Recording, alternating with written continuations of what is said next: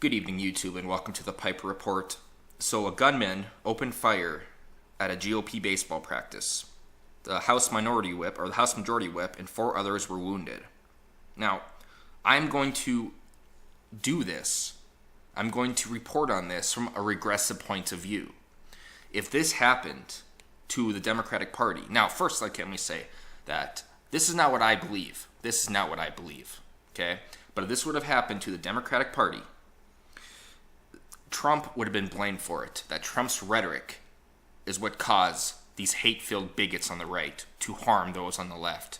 Just like when that Montana congressman body slammed a reporter. They right away blamed Trump and his rhetoric. And they right away blamed the rhetoric of right-wing media pundits. They were the ones that instigated this type of offense because their rhetoric is the kind that breeds hatred.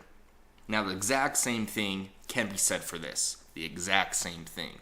This guy, this gunman who shot the GOP, maybe he received his incentive to do this by the constant badgering and hectoring and insults and derogatory comments that we hear every single day from those on the left, particularly the regressives.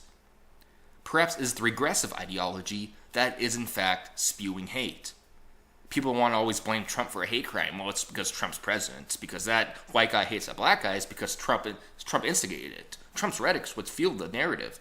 No, you cannot blame somebody. You cannot blame somebody who does something abysmal.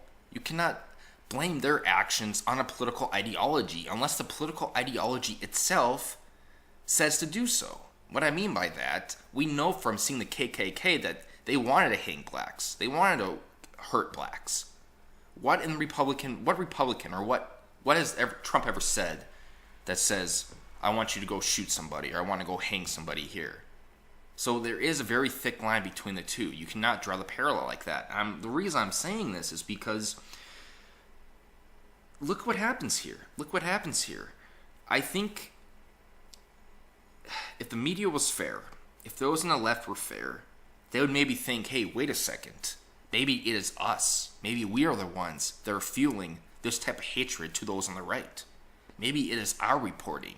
Maybe it is our insults and our type of news that's causing this. But they won't think that. They're going to look at this gunman, and they're going to look at him like a poor soul who was suffering under GOP policy. Because maybe he's on Obamacare, and if Obamacare goes away, he's going to die.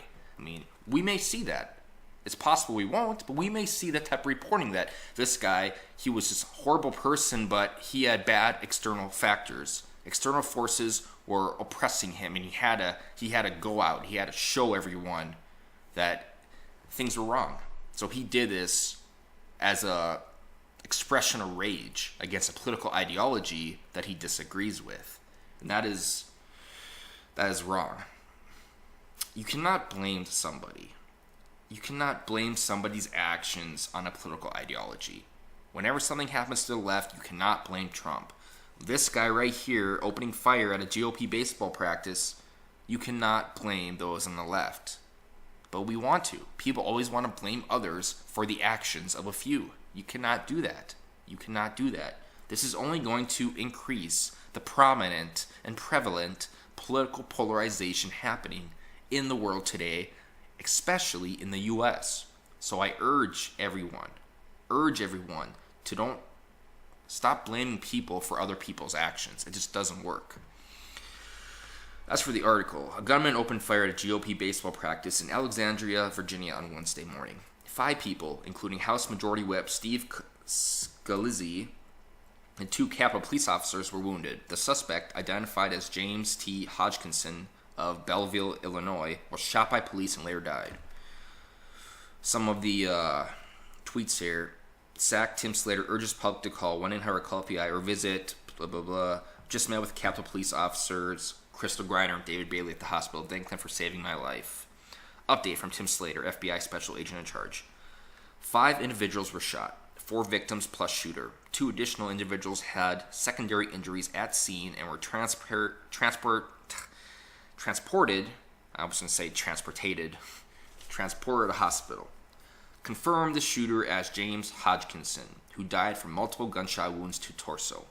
His motives, acquaintances, whereabouts continue to be investigated.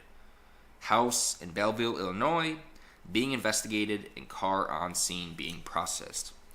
Reason to believe he's been in Alexandria, Virginia area since March of 17. Believed to be living out of video. Ask public for more information on shooter. This is a sad day. It's a sad day when this happens. I wonder if you're going to hear people preach more gun control now too. Even though that wouldn't matter. That wouldn't matter. If a criminal's going to kill somebody, they're going to find a way.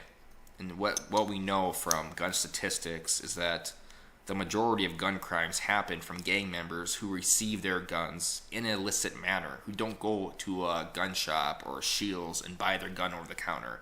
They get them over the black market. So banning guns, making stronger gun regulations and controls is not going to help the common people. It's not going to help the public. But I digress. And I'm done.